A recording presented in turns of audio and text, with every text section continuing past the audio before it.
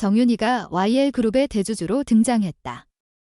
강재인도 정윤희의 진짜 신분을 알게 되어 충격을 받았다. 대회장의 분위기는 숨막힐 듯 긴장감으로 가득했다. YL그룹의 대주주 총회, 황기찬 회장의 운명을 결정짓는 투표가 진행되고 있었다. 현재까지 집계된 결과는 팽팽했다. 황기찬의 회장직 유지에 찬성하는 표가 40%, 반대하는 표 역시 40%였다. 나머지 20%의 결정적 지분을 쥔 신비로운 주주는 아직 모습을 드러내지 않았다. 회장석에 앉은 황기찬은 자신만만한 미소를 띠고 있었다. 그에게는 이 투표가 자신의 권력을 공고히 하는 마지막 퍼즐 조각처럼 보였다. 그는 주변을 둘러보며 속으로 쾌재를 불렀다. 이제 나를 끌어내릴 자는 없다. 그 순간 회의실의 무거운 문이 천천히 열렸다. 모든 시선이 일제히 문 쪽으로 향했다. 한 여성이 당당한 걸음으로 들어섰다. 고급스러운 블랙 슈트를 입고 단아한 분위기를 풍기는 그녀의 모습은 마치 시간을 거스른 듯한 우아함을 뽐냈다. 강재인과 황기찬의 눈이 동시에 커졌다. 그들은 믿을 수 없다는 표정으로 그녀를 바라보았다. 정윤희였다. 과거 치킨집 주인으로만 기억되던 그녀가 이제는 전혀 다른 사람처럼 변신해 있었다. 그녀의 손에는 두꺼운 서류 한 장이 들려 있었다. 바로 YL그룹의 20% 지분을 소유하고 있음을 증명하는 문서였다. 정윤희는 단호한 발걸음으로 연단에 올랐다. 그녀의 눈빛은 날카로웠고 목소리는 흔들림 없이 또렷했다. 저는 YL그룹의 20% 지분을 소유한 정윤희입니다. 그녀의 선언은 회의실을 얼어붙게 만들었다. 그리고 저는 황기찬 회장의 회장직 박탈에 찬성합니다. 단 한 문장이었지만 그 파장은 회의실을 넘어 YL그룹 전체를 뒤흔들었다. 황기찬의 얼굴에서 미소가 사라졌다. 그의 눈동자는 공포와 불안으로 흔들렸다. 그는 더 이상 자신이 통제할 수 없는 상황임을 깨달았다. 투표 결과는 순식간에 결정되었다. 정윤희의 20% 지분이 반대표로 쏠리며 황기찬은 회장직에서 쫓겨났다. 그의 사생활 스캔들과 부패 혐의는 이미 그룹의 명예를 실추시켰고 이번 투표는 그를 완전히 무너뜨리는 마지막 일격이었다. 황기찬은 비틀거리며 회의실을 떠났다. 그의 뒷모습은 한때 막강했던 권력자의 초라한 몰락을 적나라하게 보여주었다. 그날 저녁 강재인의 집은 정윤희의 갑작스러운 등장으로 또 한 번 술렁였다. 강재인은 여전히 충격에서 벗어나지 못한 채 정윤희를 바라보았다.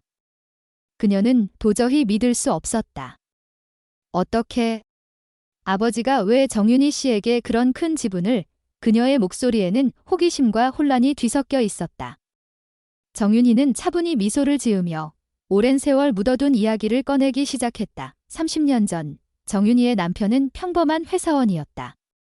어느 날 한적한 길을 걷던 그는 갑작스럽게 심장마비로 쓰러진 한 남자를 발견했다. 주저할 틈도 없이 그는 그 남자를 등에 업고 병원으로 달렸다. 병원에 도착했을 때 그 남자는 기적적으로 목숨을 건졌다. 이후 그는 정윤희의 남편을 찾아와 감사의 뜻을 전했다. 그제야 정윤희 부부는 그 남자가 YL그룹의 창업주의자 회장인 강규철임을 알게 되었다. 강규철은 생명의 은인에게 보답하고자 자신의 지분 20%를 그에게 양도하겠다고 제안했다. 정윤희와 남편은 그 제안을 사양했지만 강규철은 단호했다. 이건 단순한 보답이 아닙니다. 당신의 용기와 인간다움에 대한 존경입니다. 결국 그들은 지분을 받아들였다. 그러나 운명은 잔인했다. 몇 년 후 정윤희의 남편은 불의의 화재로 세상을 떠났다. 그녀는 슬픔에 잠겨 지분의 존재마저 잊고 살았다. 치킨집을 운영하며 딸 김도희를 키우는 삶이 그녀의 전부였다. 하지만 김도희가 황기찬의 음모로 인해 비극적인 죽음을 맞이하자 정윤희는 다시 일어섰다. 그녀는 강규철에게 받은 지분이 아직 자신의 손에 있음을 떠올렸다. 그리고 그 지분은 황기찬을 무너뜨릴 강력한 무기가 될 터였다. 강재인은 정윤희의 이야기를 들으며 눈물을 글썽였다.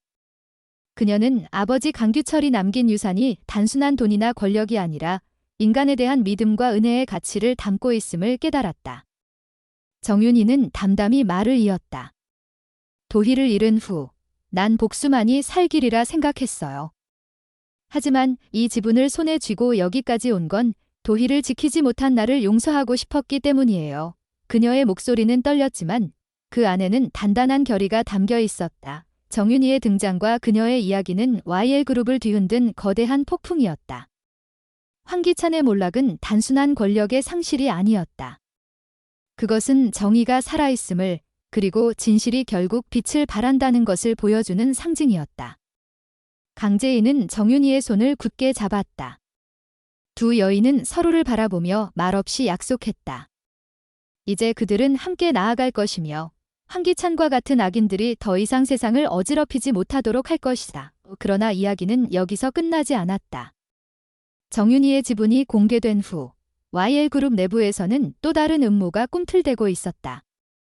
황기찬의 최측근이었던 세리가 여전히 어둠 속에서 무언가를 꾸미고 있었다. 그녀는 정윤희의 등장에 분노하며 복수의 칼을 갈았다. 그리고 그 칼날은 예상치 못한 방향으로 향하고 있었다. 과연 세리의 마지막 반격은 무엇일까? 그리고 정윤희와 강재인은 그녀의 음모를 막아낼 수 있을까?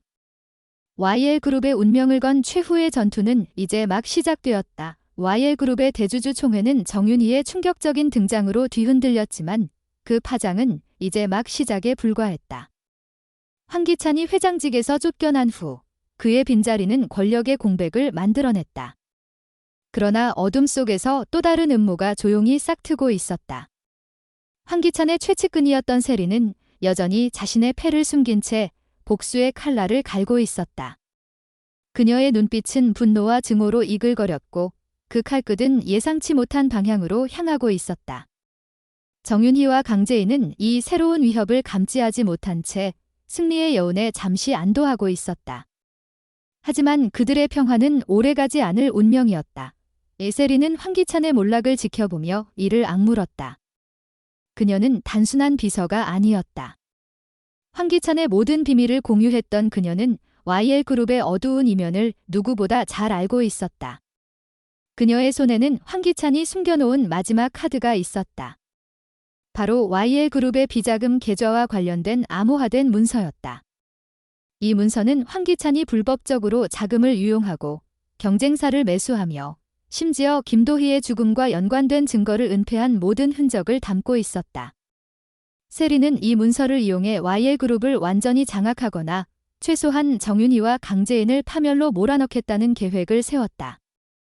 세리는 은밀히 움직였다. 그녀는 황기찬의 몰락 후 YL그룹 내부에서 혼란을 틈타 비자금 계좌의 접근 권한을 확보했다.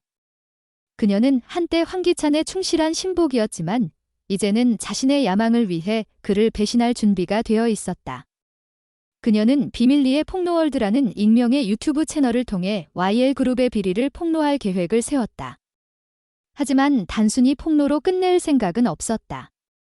그녀는 이 문서를 이용해 강재인과 정윤희를 협박하고 그들의 약점을 쥐어 흔들 계획이었다. 세리의 목표는 단 하나였다. YL그룹의 새로운 주인이 되는 것 한편 강재인과 정윤희는 황기찬의 몰락을 축하하며 미래를 논의하고 있었다. 강재인은 아버지 강규철의 성 단순한 지분이 아니라 정의를 실현하는 도구였음을 깨닫고 있었다. 정윤희는 딸 김도희의 죽음에 대한 복수를 마무리했지만 여전히 마음 한구석에는 허전함이 남아 있었다. 두 사람은 YL그룹을 더 나은 방향으로 이끌기 위해 협력하기로 결심했다. 하지만 그들의 대화는 곧 예상치 못한 전화 한 통으로 중단되었다. 익명의 발신자는 다급한 목소리로 말했다. 지금 폭로월드 채널을 확인하세요. 당신들이 위험합니다. 강재인은 즉시 노트북을 열어 폭로월드 채널에 접속했다. 화면에는 YL그룹의 비자금 계좌와 관련된 문서의 일부가 공개되어 있었다. 익명의 업로더는 YL그룹의 진정한 주인은 누구인가? 라는 도발적인 문구와 함께 정윤희와 강재인이 황기찬의 범죄를 은폐하려 했다는 터무니없는 주장을 펼쳤다. 영상은 순식간에 수십만 조회수를 기록하며 YL그룹의 주가를 흔들기 시작했다. 정윤희는 영상을 보며 얼굴이 하얗게 질렸다. 이건 황기찬이 남긴 함정이에요. 그녀는 직감적으로 이 모든 것이 단순한 우연이 아니라는 것을 알았다. 같은 시각, 세리는 어두운 사무실에서 모니터를 바라보며 미소를 지었다. 그녀는 폭로월드의 주인이었다. 그녀는 정윤희와 강재인이 혼란에 빠진 틈을 타 비자금 계좌의 모든 데이터를 복사해 해외로 송금할 준비를 하고 있었다. 그녀의 계획은 치밀했다. YL그룹의 자금을 빼돌린 후 모든 책임을 정윤희와 강재인에게 떠넘기고 자신은 깨끗이 손을 씻는 것. 하지만 그녀는 한 가지를 간과했다. 강재인은 이미 그녀의 움직임을 의심하고 있었다. 강재인은 과거 황기찬의 비서였던 세리가 너무 조용하다는 점을 이상하게 여기고 있었다. 그녀는 보성에게 세리의 최근 행적을 조사해달라고 부탁했다. 보성은 뛰어난 해커로서 세리의 디지털 흔적을 추적하기 시작했다. 그는 세리가 비밀리에 접속한 서버와 그녀가 업로드한 폭로월드 영상의 출처를 찾아냈다. 보성은 강재인에게 급히 연락했다. 세리가 폭로월드의 주인공이에요. 그리고 그녀가 비자금 계좌에 접근하려고 해요. 지금 당장 막아야 합니다. 강재인과 정윤희는 즉시 행동에 나섰다. 그들은 YL그룹의 보안팀과 협력해 세리가 접속하려는 서버를 차단하고 비자금 계좌의 모든 접근을 동결시켰다. 하지만 세리는 이미 한 발 앞서 있었다. 그녀는 계좌의 일부 자금을 해외로 송금한 뒤 모든 증거를 지우고 도망칠 준비를 하고 있었다. 그녀는 공항으로 향하며 속으로 웃었다. 이제 아무도 나를 막을 수 없어. 그러나 공항에서 세리를 기다리고 있던 것은 경찰이었다. 강재인과 정윤희는 보성의 도움으로 세리의 위치를 정확히 파악했고 그녀가 도망치기 전에 경찰에 제보했다. 세리는 수갑이 채워지는 순간까지도 믿을 수 없다는 표정을 지었다. 어떻게? 내가 이렇게 완벽했는데. 그녀의 목소리는 분노와 절망으로 떨렸다. 세리의 체포로 YL그룹의 비자금 스캔들은 일단락되는 듯 했다. 하지만 강재인은 이 모든 사건의 배후에 또 다른 그림자가 있을지도 모른다는 의심을 떨칠 수 없었다. 폭로월드 채널은 세리의 체포 후에도 새로운 영상을 업로드했다. 이번에는 YL그룹의 창업주 강규철과 관련된 미스터리한 문서가 공개되었다. 그 문서에는 강규철이 생전에 남긴 비밀 프로젝트, 그리고 그의 죽음에 얽힌 충격적인 진실이 담겨 있었다. 강재인은 문서를 읽으며 숨을 멈췄다. 아버지가 이런 비밀을 숨기고 있었어. 정윤희 역시 그 문서를 보며 충격에 빠졌다. 그녀는 강규철이 자신에게 지분을 양도한 이유가 단순한 은혜의 보답이 아니었음을 깨달았다. 강규철은 자신의 죽음을 예감하고 YL그룹을 지킬 마지막 보루로 정윤희를 선택했던 것이다.